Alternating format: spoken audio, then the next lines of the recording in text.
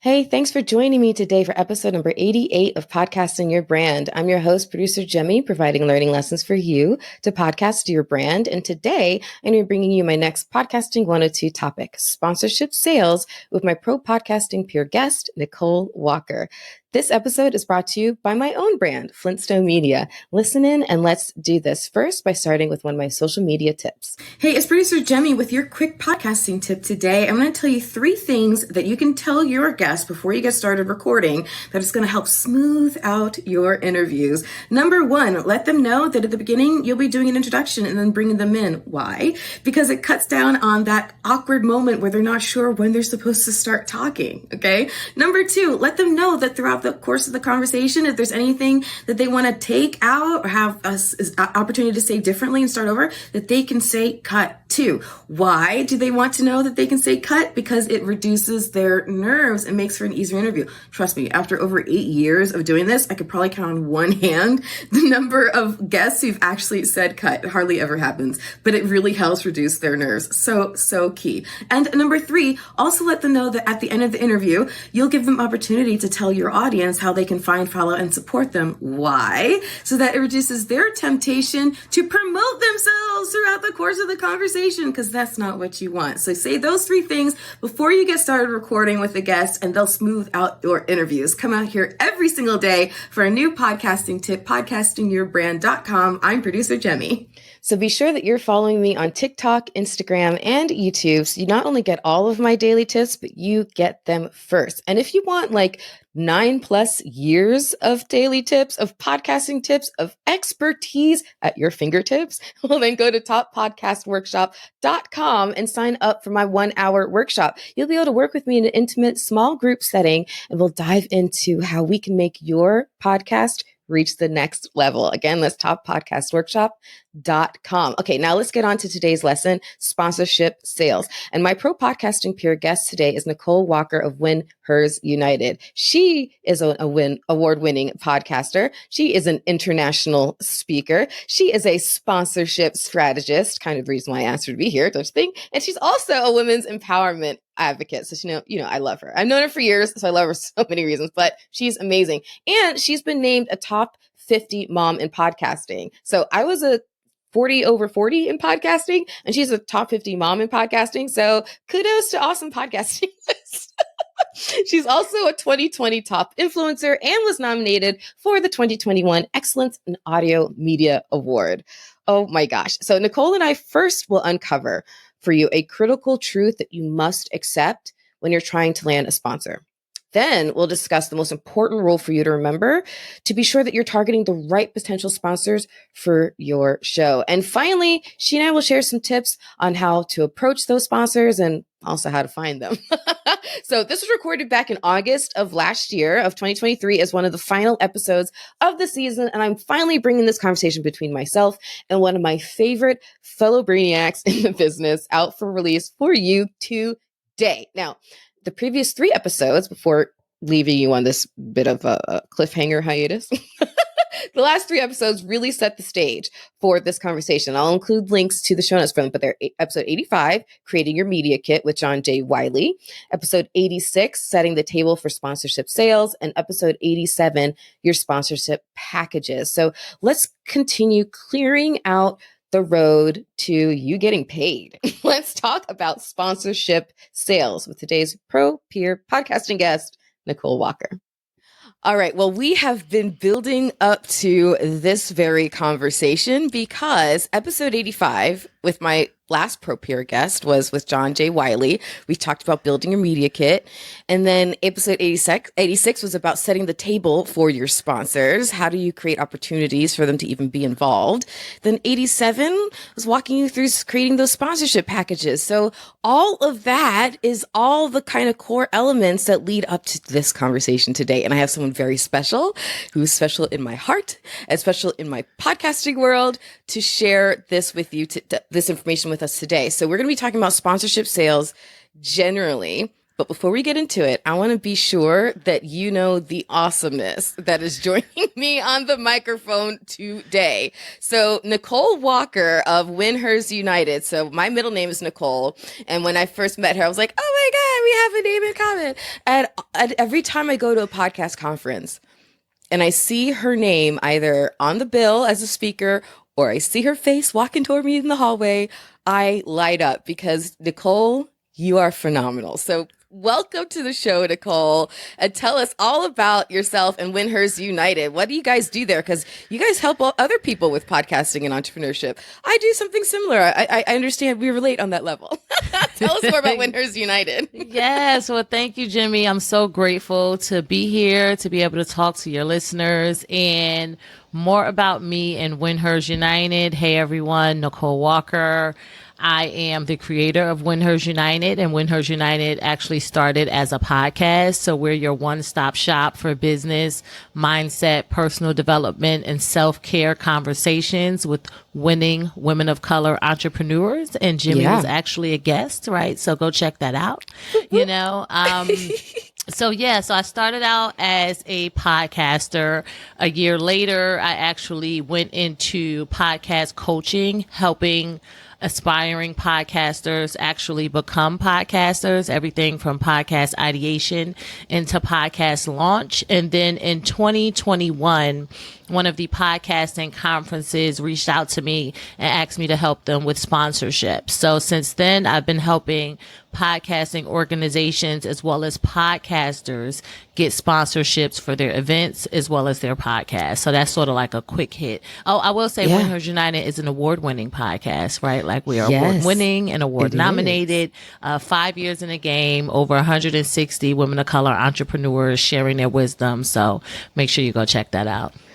So in other words, do unto others as you would have do unto you, because you have been helping people figure this out for so long. And here you are again doing it. And I just want all the wins to come back to you for your own sponsorships, your own business, all the things. So get to know Nicole, follow her. We'll at the end of the conversation, we'll let you know how, but make sure that you're part of Nicole's world because you want to be.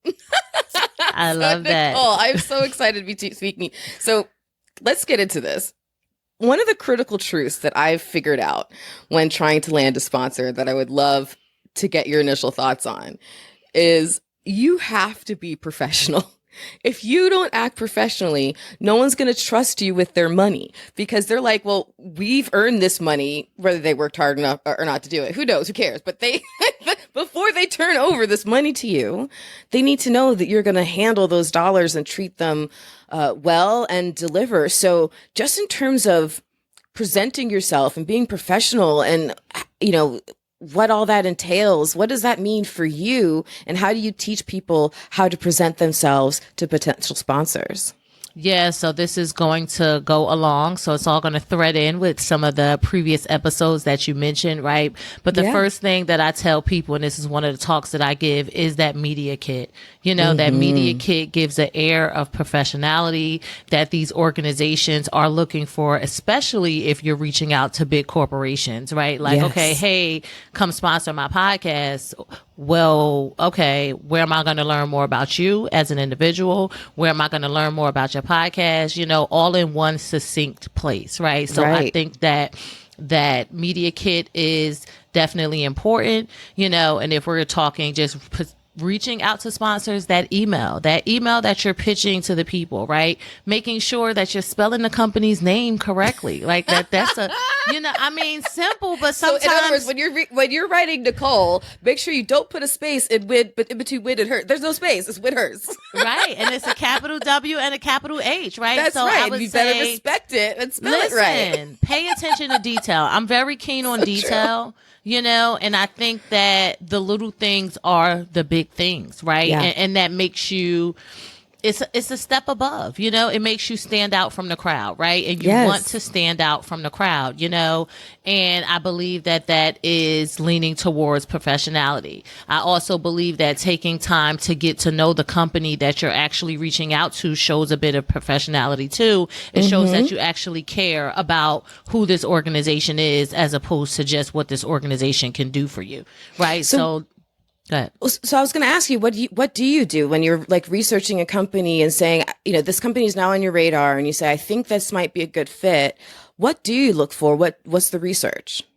Yeah, so one of the most simple things is to research their mission statement, right? And some of their mission statements may be, right on their website, but you may actually have to go into Google and type mission statement of this company, right? Because it may not be somewhere where you can immediately find it, but it's somewhere, right? So looking at their mission statement. That's a great hack. Tying in some of those words from their mission statement into your first sentence and how your mission as a podcaster or your company ties in with that organization. I think that, it's time consuming. Don't get me wrong. But again, it makes you stand out from the crowd. And if you want to even take it a step further, right? Like you're reaching out to a particular person, do some research on that person. Did they just win an award? Did they just have something great business wise? Like, don't be like, hey, I saw you out with your family having dinner yesterday. Like, don't get creepy. Don't get creepy, right? How was the field shop? But something small but big, right? Because again, the small things are the big things. It makes you stand out. It gives you that air of I care, as well as that air of I'm professional. Yes. And I'm serious about this thing, Yes. You know what you're making me think of? Making me think of, let's say the average kid who wants to be a basketball player or something, right? So they can walk onto any local team. There's maybe not even a tryout involved. You just say, hey, I want to sign up. And they put a basketball in your hand and you're on the team. But if is a team that you actually have to work hard for, it's a high school level, college level, NBA level. If they see that you're not doing the little things, you're not showing up on time, your uniform's not clean, you're not giving respect to your teammates, you're not sharing the ball or whatever it is, like those little things, the coach sees that. And they know whether or not you're going to be a team player and they want you on the team because you're going to be able to deliver, okay, when they need you to deliver for them, not yourself, but for them. And so that's what I was thinking about when you were explaining that.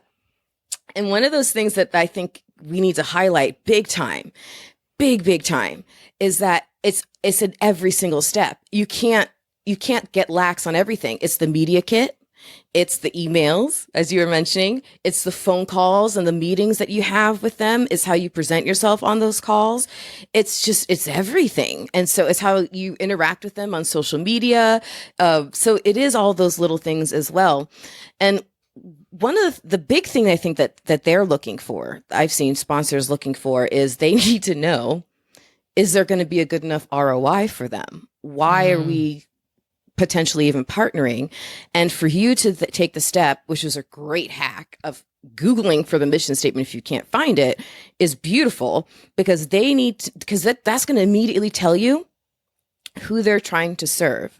And what you want to tell them is who you're serving. Who are you serving up to them on a silver platter, right? Way back on episode 46, no, I don't know my episode numbers by heart. I literally looked that up. Listen, Jamie, I was just impressed. I was like, this lady knows her stuff, okay? A couple episodes I do know by heart, but not that one. I talked about how it's all about your listeners. And so in thinking about your audience, what is it about your audience that you need to tell and convey to a sponsor to really drive home that not only are you a great host, have a professional show, but that their audience is a good fit for them? Right. Yeah. And I think that's super important. And some of the high level, simple things in relation to that is their age, right? So that demographic of age that you have, that split of male, female, that's super important. And then also, like, who are they, right? So, for example, two of my customers are businesses that focus on Black podcasters, right? So that's very specific. If you're looking to get in front of Black podcasters, audio creatives, professionals in the audio industry, right? Yeah. That also happen to be Black, like I have that audience for you, right. So those particular details about what that person likes or doesn't like, or, some of their behaviors, right? Like that's good information to have. And I heard a hack from a business coach that I follow one time, and I thought it was super, super amazing, because it's like, okay, Nicole, that sounds amazing, but I don't know that information, and how am I supposed to know that information, right? So if there's a company out there or a podcast, well, I would say more or less company, right? But a company out there that's very similar to your podcast or your target audience, Google the media kit for that company, because they pay big bucks to get the people to do that research, right? And if that's their audience and you guys are similar, then your audiences are similar, right? So that could be some kind of hack of ways that you can learn more about your people if you don't have direct access to ask them those questions, right? Also sending a survey, but as much details that you have about your people, who they are, what they're into, and ensuring that it ties in with that company and who they want to get in front of, that definitely is what people look for. Yeah, yeah. And another thing that they want to know is, sometimes it's funny. Sometimes I get asked about numbers. Sometimes I don't. It's weird. I haven't really figured out the pattern for that yet. But when I do get asked for numbers, audience size, those kinds of things, there's a lot. So I was a data analyst back a long time ago.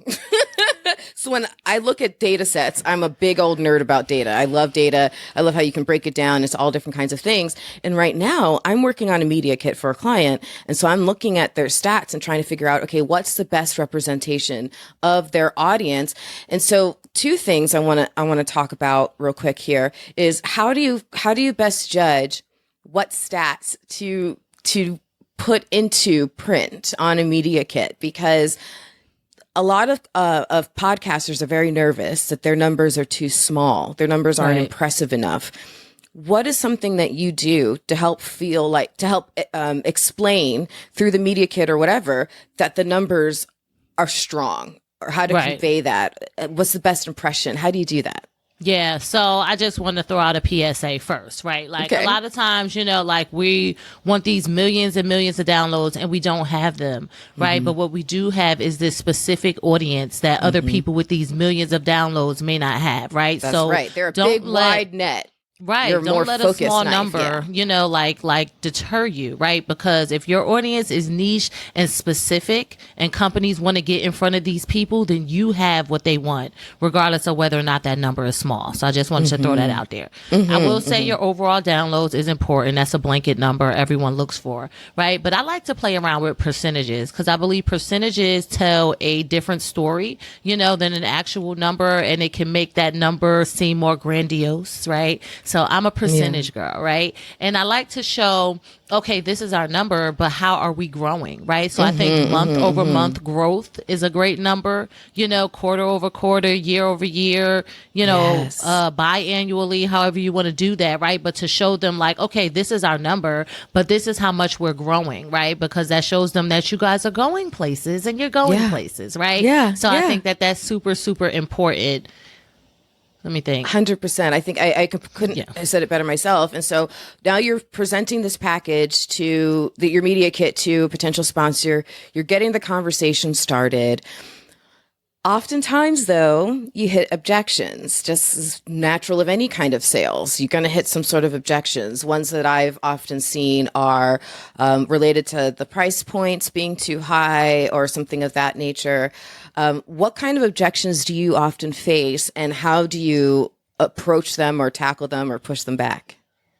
Yeah, so some of the objections is just a flat out no, right? Like, no, we're not interested. That's the ones that I've received so far. I actually appreciate those, because they're the fastest that I move on. Right. Like, no, we're not interested at this time, right? So it's like, okay, they're not interested in money, and then a lot of times they'll say, oh, we think what you're doing. Wait, let's not skip over that. I love that mentality. You're like, okay, they're not interested in money. That is a beautiful way to look at it. Don't look at it as a no to yourself. Look at it as they're rejecting money in their own pocket. Okay, keep going, girlfriend. That was awesome. But then it's like, oh yeah, I think your platform is great. So then I'll say, oh, well, are you willing to, let others know about the platform? So it's like, okay, you don't want to give me money. You don't possibly want to get money, from my listeners, but will you help spread the word and help us to gain more listeners, and sometimes people are willing to, sometimes they're not, right? When I do sponsorship for events, for those that say no, we introduce the idea of in-kind sponsorship. and we introduced the idea of helping us promote, so it's like you can't exposure give money. Partner. Right. But give us some product, or help us to continue to spread the word. Right. So those are some of the things that I've dealt with in relation to that. I haven't dealt with too many haggle situations where people were trying to haggle. Right. But if I do, I'm going to call you, Jimmy, because it sounds like you have some expertise. A little bit. I embed flexibility into what I do. Like I present certain packages, 2 or 3, depending on who I'm working with. I'll have packages that are really nailed down, but while I'm creating those packages, and I talked about this on the last episode, while I'm creating the packages, I'm thinking about what flexibilities can be built in between the lines, right? And so that when somebody's saying, well, we don't really need this, but all the rest of it looks great. Okay, well, let's just take out that one part and maybe we can put something else in so the price point doesn't change. Or maybe we take out one part and just the price point changes just a little bit, But having that ability to ask them what they truly need, and then to be able to be flexible in your deliverables so that you can reach those meet those objections and then get on the same page. And actually, I want to rewind. I meant to ask you this earlier about deliverables themselves, because it's not just about an audio ad in the podcast itself. That is one type of deliverable that you as a podcaster can make. And I think podcasters should stop thinking about themselves. I think it's a bit limiting to say, I'm a podcaster. Think about yourself as I'm a content creator, and podcasting is your specialty. It's your core. It's your cornerstone. But really, you're creating content. So that means all the different things. So what are some of all the different things that you tend to include or encourage others to include in their packages? Yeah, I love that question. Great question. And agree 1000%, right? Because I am very much a value-based pricing person. I encourage all of my clients to go after value-based pricing, which doesn't just include your podcast, especially if your numbers are not large, right? So you have to think, okay, I have this podcast audience. I also have this social media audience. I also have this email list audience, right? Website. You could also, if you throw events, and I also have an event, right? So you could create an amazing package that looks like, hey, I'll send out an email about your organization to my email list, right? Yeah. That could be a package within itself. You could bundle everything up, be on my podcast, be on my email, social media posts, social media stories, social media reel. Like social media allows you to break down packages, in several different chunks, and not just one thing, right?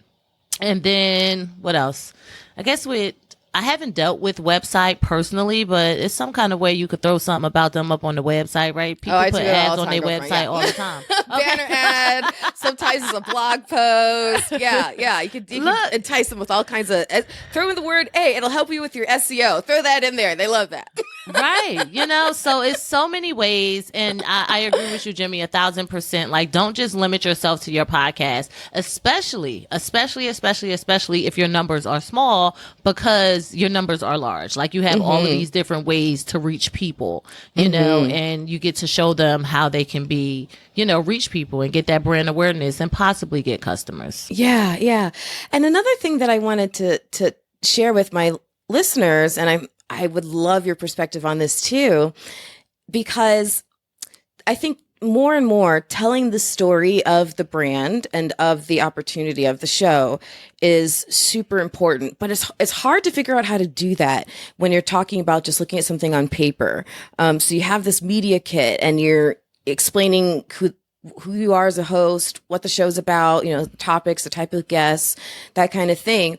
But in fact, in the media kit I'm putting together for a client right now, I'm being really intentional, more intentional than I have been in the past, because I'm seeing how important it's becoming in order to continue to stand out. I'm telling the story of her influence. And so it's her on the microphone as a podcaster. It's her as a speaker. It's then when she puts out the episode, then how she posts it, and then how that gets shared across the different platforms, and the influence then continues, and those kinds of things. Like, I'm trying to project that not only is it not just a singular deliverable, but there's so many touch points with her as an influencer. Is it important nowadays to really capture the story of you as a brand owner, as a brand representative, and not just, it's not just about who you are anymore. It's about what your influence is going to be, what are all the tendrils that are going to extend from you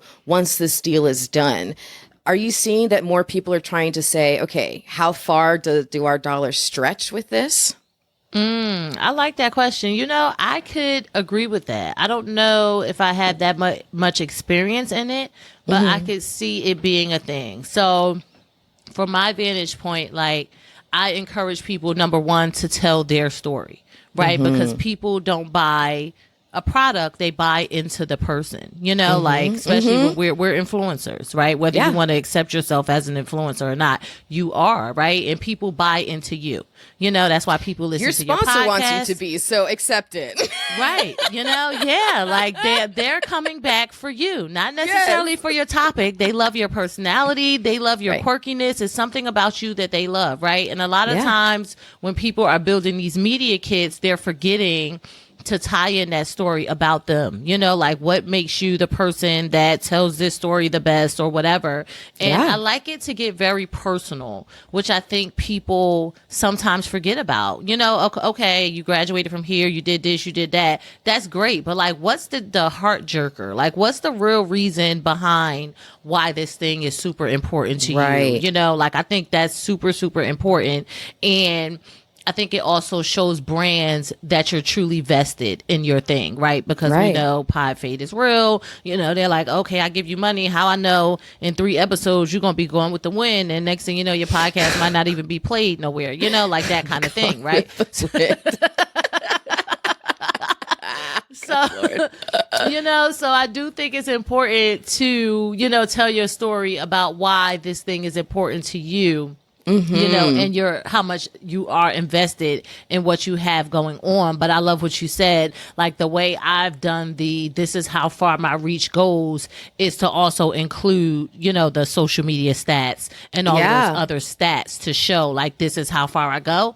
But I haven't done that in words for any of my clients. So you're giving me some ideas, Jaime. But I will say one thing I do think that's super important that I will be implementing soon is also letting them know not only this is how far my reach goes, but also letting some of these companies know how impactful it is to be a sponsor of a podcast or to have ads on a podcast, pulling in some of that data from Edison Research and all of these different places that let you know, like podcasting is it. We have a loyal audience that is more likely to buy than a lot of these higher other average audiences. Consumer household income, higher average consumer buy-in rate per hearing their ad. Per impression. That's the word I was looking for. Per impression. Like, podcast listeners tend to buy more, just period, and buy more often and spend more money. And so that also is part of the story, just that general piece about the power of the podcasting. You're so right. It's interesting that you say that, because I think the first media kit I did was probably in 2017.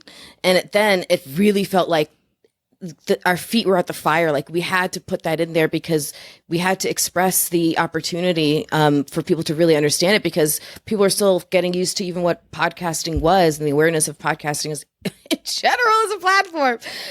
And so for a while, the last couple of years, I've been thinking, is that part of it still really necessary? And you know what? In this conversation, you just reignited that, yes, it's still super necessary, because it's not just about explaining that it's a thing, people buy it, but not only is it a thing, it's across the board one of the strongest ways to sell products and services and meet with potential customers, because all podcast listeners have done is raise their hand and self-filtered and said we want this. We want information about tennis products. Like, that's what we want, because we raised our hand to download and subscribe to a tennis podcast, right? And so to be able to have that, three story touch points. Number one, the story of the host that explains how your missions are come together, make sense together. The story of how your tendrils of influence are going to extend because of who you are and how all the different places that you show up and how you're going to be talking about their products and services in these different places. But then also just the power of podcasting, period, as a platform to sell products and services. I think all three of those are super, super important. And I could kind of talk about this with you like all day, but I gotta ask you one more question. So when you are setting I often say that when you're wanting to have a sponsor come to you, you need to set the table. You need to have, of course, all the things that we talked about, like the media kit and all that kind of stuff. You need to be professional. But part of that setting the table is also having opportunities within the podcast itself to partner with somebody, for someone to come in as a content contributor or to sponsor a certain segment or anything of that nature. So just your general thoughts on that in terms of the advice that you've given your clients of ways that they can prepare their podcast for sponsors. How do you make your podcast ready for sponsorship? Yeah, I would definitely say what I've seen in two cases is, those ads as well as like having those particular segments that you can sponsor, right? But what I've heard in the past that I thought was super amazing, right, is where a person weaves a product into a story that they're telling. Like, oh my goodness, we haven't used that yet, right? But I think that that's super, super amazing, to be able to weave that into a story, right? Because the people are usually tuned into a story, and sometimes a person can tune out, when you're reading an ad or, just talking about an ad, right? I will also say, always just bringing that personality, right? So I don't know how much of a fan I am as far as like a scripted ad, but making it, like your personality, your own, like, okay, give me the basis of what y'all want me to say, but let me be me in that thing, because these people come back for me, so being able to negotiate your own personality or being okay with letting a sponsor know this is how I do things, and it's because this is the way that we'll both have success. I'll be able to give you what you're looking for.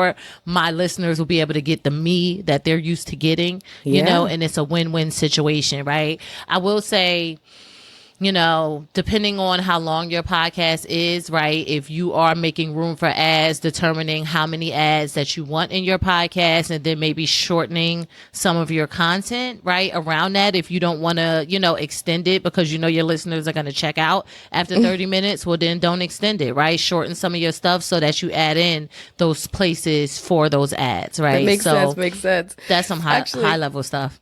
I was giggling. My stomach was like cramping from giggling inside while you were explaining about putting your personality and reading it and embedding it within your own story, because it brought back a memory. So my other show, Power Moms, I have I think it was episode 6 or 7 that I brought back an interview that I did with an old client of mine, Mr. Michaela, from 4 years ago, because it was perfect. But not dealing with, she's wonderful. That's not the right word. In meeting and working with Mystic Michaela and her husband, I helped launch their podcast. And one of their early sponsors, if not the first sponsor. So it was this company. Oh my God. It's this company called, I think it was called Backblade, right? And so it was a grooming tool for men. And so they had been joking on the podcast about how Scott has like lower back hair. And so they decided to make this company reached out and said, hey, here's a back blade. And so they joke about, the whole conversation was about how he had to deal with his back hair and he couldn't do it. And then so she walks in with the back blade. She's like, honey, I'm not doing this anymore. And she hands it to him and he did it himself and it was successful. And he's like, oh, thank God. But the peach fuzz on the back of my lower back is gone. And it was one of the funniest things I've ever heard. And it was just themselves being genuine. And of course it was, product placement for lack of better way to put it. But it was brilliantly done. And it was a real true story of something that he actually did. So yes, I think when you can do that, it can work out so, so well, but it has to come across as the real deal. Right. But it can be amazing when it works. Oh my gosh, Nicole, I could talk to you forever about this. I guess the last thing I'll say is, if and this is to the listener, follow Nicole. And when you know that she's going to be on a stage, you need to make sure that you're in the audience because your presentations are phenomenal. So just thank you so much for everything that you've put out into the podcasting spaces. You've definitely been a leader, someone who I've been admiring now for a long time, as long as we've known each other. And I'll put a link in the show notes to my episode on WinHers for sure. Thank you again for that opportunity. But tell, other than listening to my episode, how can people continue to find, follow, and support you, Nicole?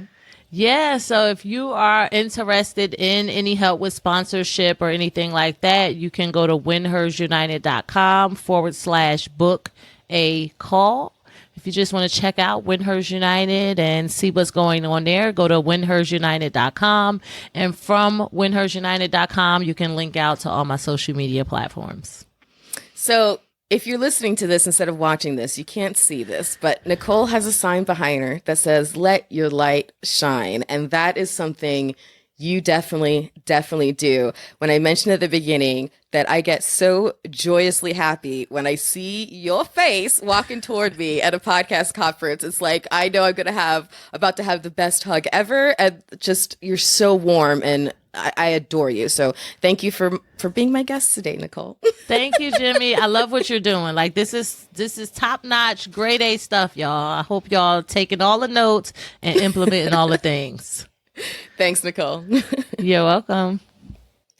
All right. So is it any wonder why Nicole was the perfect pro podcaster peer guest to invite onto my show and take a deep dive into sponsorship sales? I mean, she's a sponsorship strategist and she has a track record to back it up.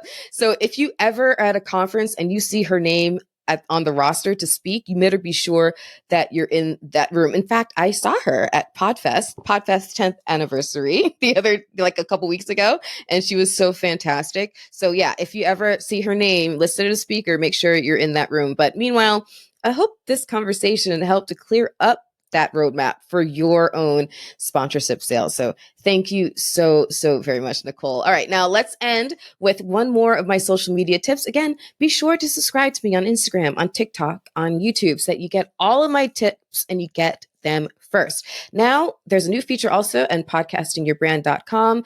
I am showing off some of the shows that have said that they are listening to this show, but I can't just remember, because you told me in passing, you have to email me. So email me, jaime@flintstonemedia.com, and let me know that you're using this show to help improve and grow your show. And then we'll include your show and a click through to it on podcastingyourbrand.com. All right. And if you have any questions or are interested in becoming a sponsoring brand of the show or want to reach out for any other reason, just email me. Okay. My email address is Jaime. That's spelled Jaime, because I like to make it difficult. It's pronounced Jaime, spelled Jaime @flintstonemedia.com. All right.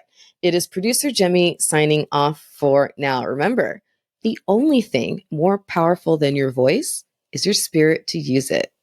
So turn that mic on. Until next time. Hey, it is producer Jaime with your tip for today. Now, I have been heads down editing a bunch of interviews for this upcoming project I cannot wait to tell you about. But in doing so, I realized I have a tendency to start my interviews in one of two ways. So I thought I'd share that as a tip for you for today. So if the show that you're about to record, if the conversation is more serious in tone, then start with something profound, something that kind of teases out what the impact of the conversation is about to be. If it's something funny and lighthearted, however, then you can start with something clever, like a quip. For example, one of the interviews that I did, the woman's last name was Brandress, and the interview's topic was about branding. So I made a clever joke about, at least I thought it was funny, about the matchup between her name and the topic at hand. That was a funny way to start the conversation. So hopefully those are two ways that you can consider using as your toolbox to start your conversations. Come back here every day, podcastingyourbrand.com. I'm producer Jaime. The Power Moms Network, empowering moms to lift the world.